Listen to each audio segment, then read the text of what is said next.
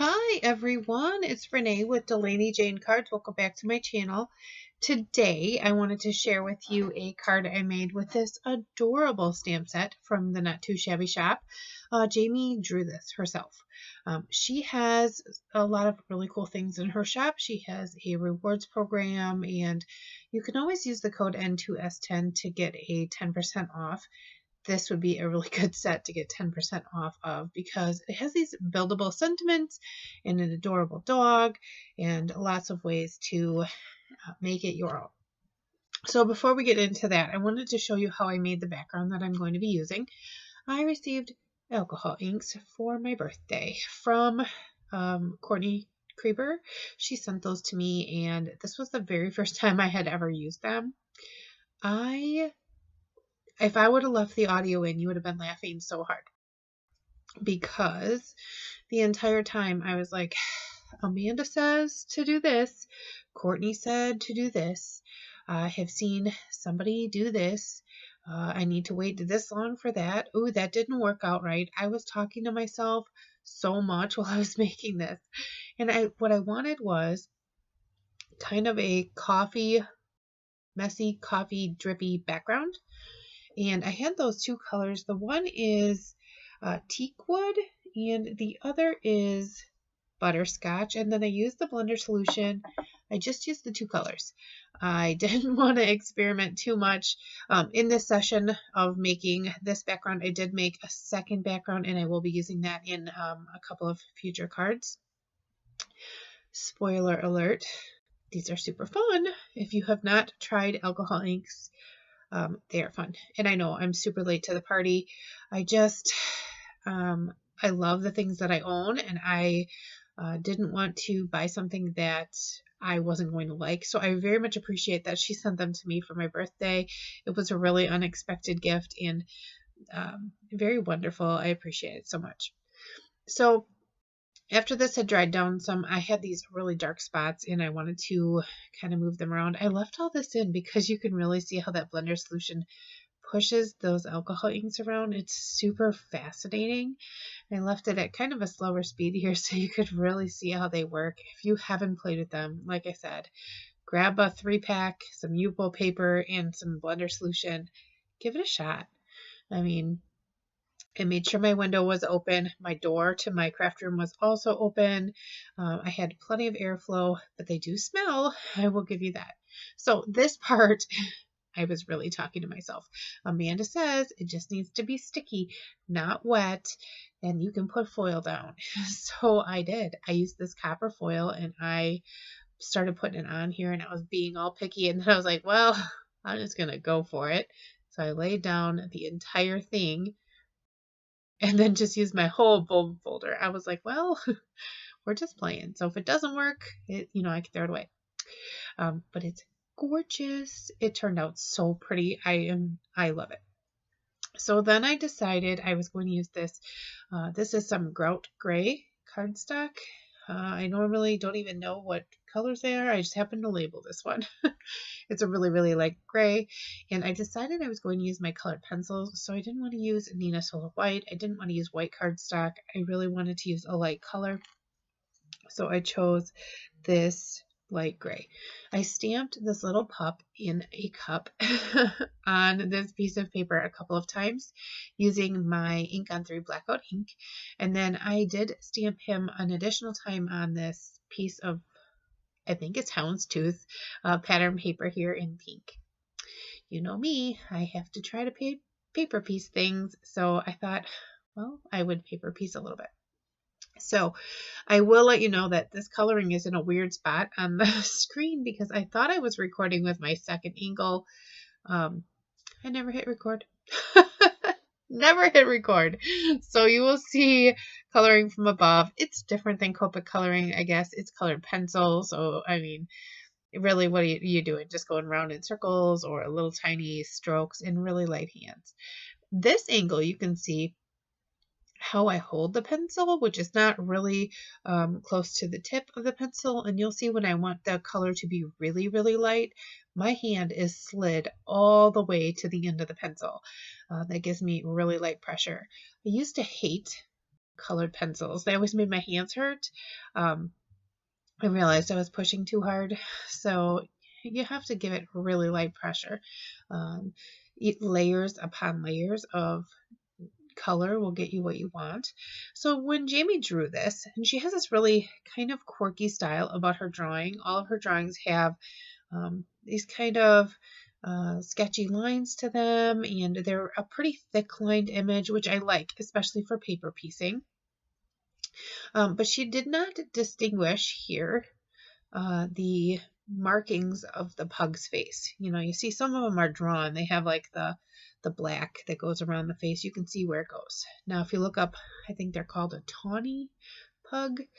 They have this like black mask. Not only is it the muzzle, but it goes between the eyes and like kind of around the eyes. So I tried to put that in here. A friend of mine, she has pugs in her life, and anytime I color something that looks like a pug, I'm always like, does this look like a pug enough?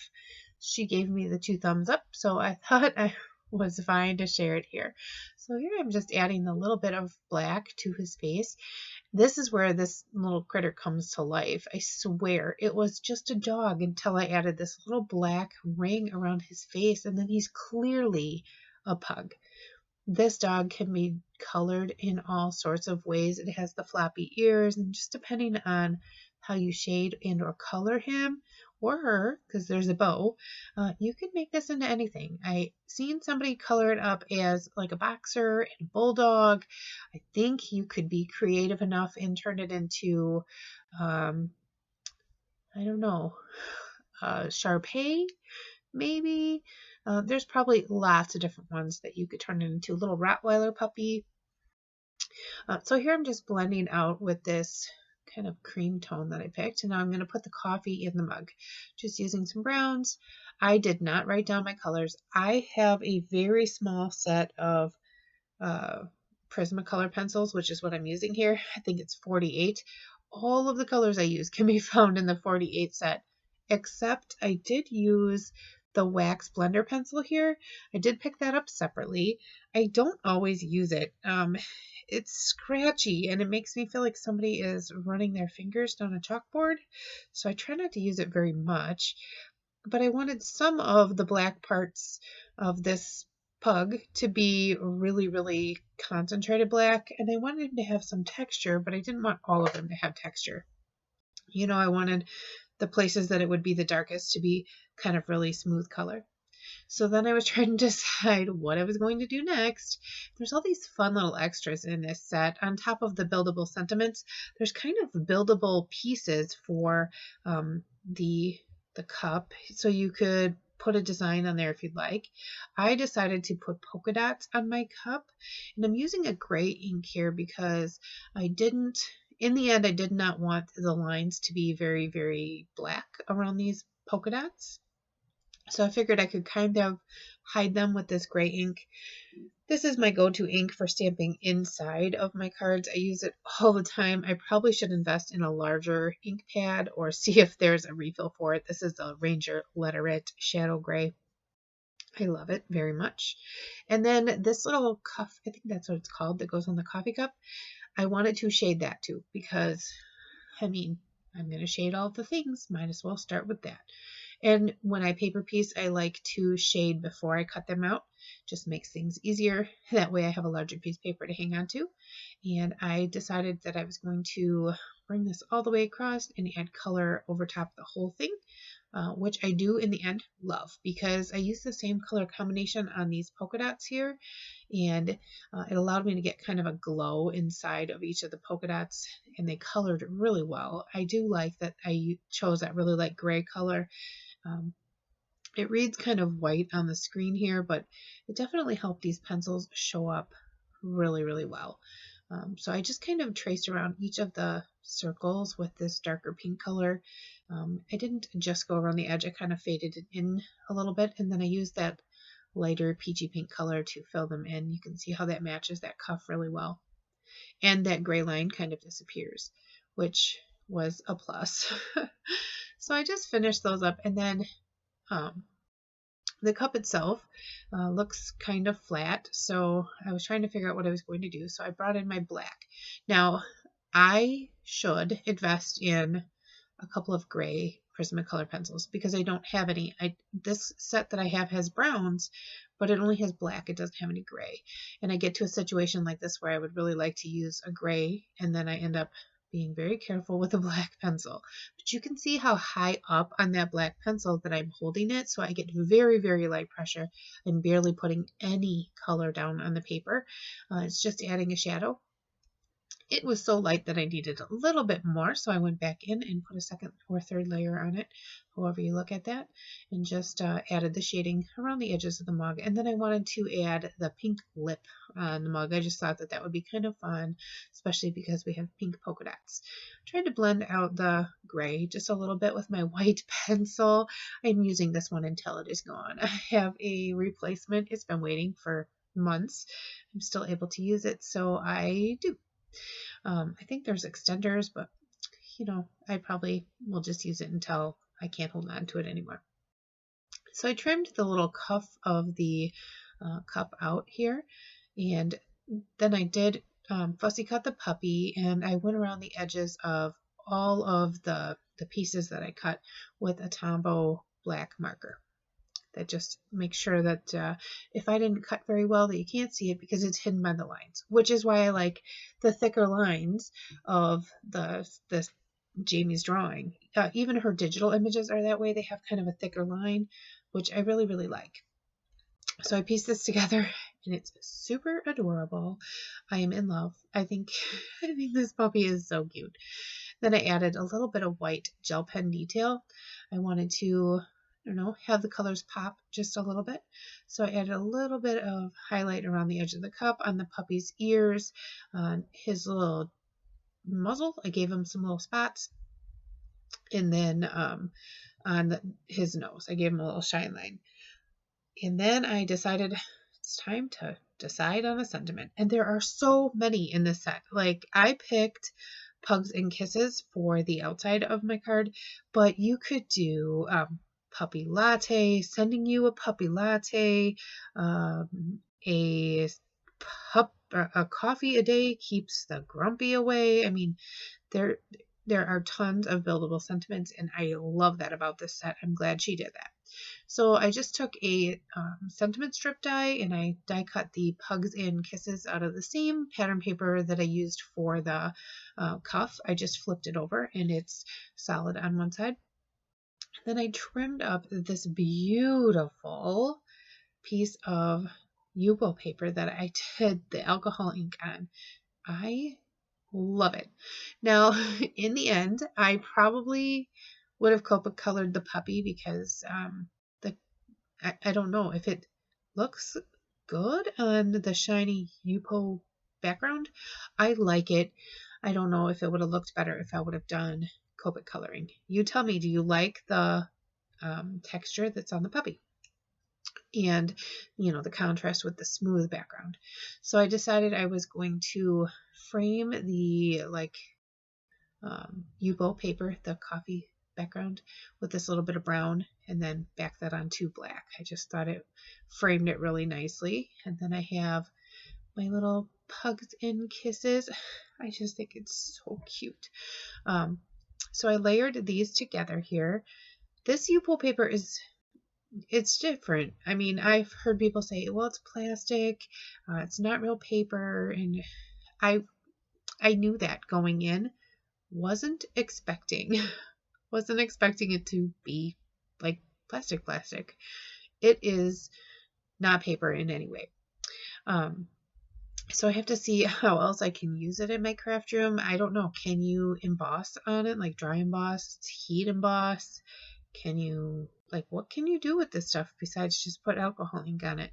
I mean, I've seen some stuff. I've steered away from the videos on Yupo paper because I didn't have any of the alcohol inks, so I didn't want to get sucked down a rabbit hole. But now that I have here the map to the rabbit hole, I need to know the things. So I attached the sentiment to the little puppy with just a little bit of adhesive here.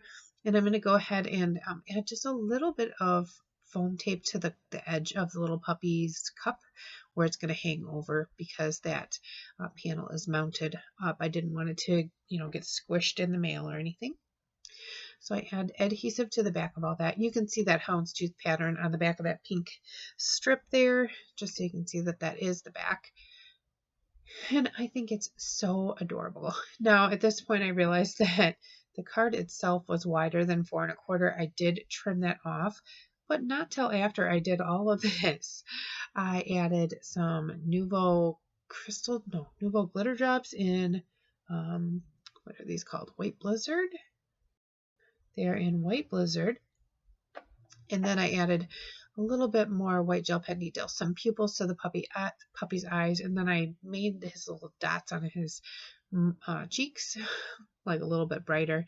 And then here's where I realized that it is way wider than my card base. I don't know why I didn't check the piece of black cardstock first, but I was going to think on it while I finished the inside. So I'm going to stamp the same image on the inside. And here, when I stamp this, you can really see the difference between the colored puppy and the not colored puppy. There are so many options available. It is a blank slate for coloring. You could make him anything you want, which is really cool. She designed it very well. And then I'm going to stamp for someone sweet on the inside. So it says Pugs and Kisses for someone sweet on the whole card. I thought that was a really cute buildable sentiment there.